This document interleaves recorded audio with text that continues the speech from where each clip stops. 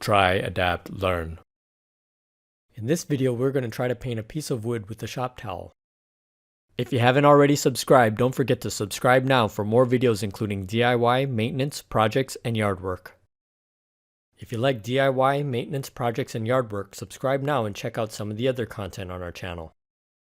Sometimes you do things to accomplish a task, and sometimes it's just fun to do things to answer a question.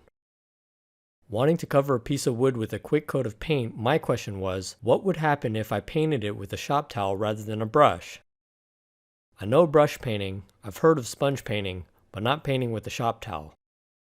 I had a little bit of black Rust-Oleum paint, which is an oil-based enamel.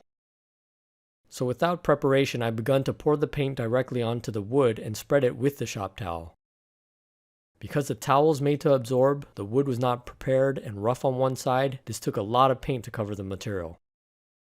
Along with the technical compromises such as no preparation on a surface and no primer, the only other compromise would be the amount needed to cover the surface. That being said, the piece was painted in a single coat and the coverage seemed to be comparable to a single coat done with a paintbrush. As you may expect, there were no brush marks. Considering the cost of paint, it would then be debatable whether or not you could achieve the same results with another brushless method such as a spray can. As a side note, the oil-based paint did have the ability to resist some water. This is because of the composition of the paint and not because of the method of application.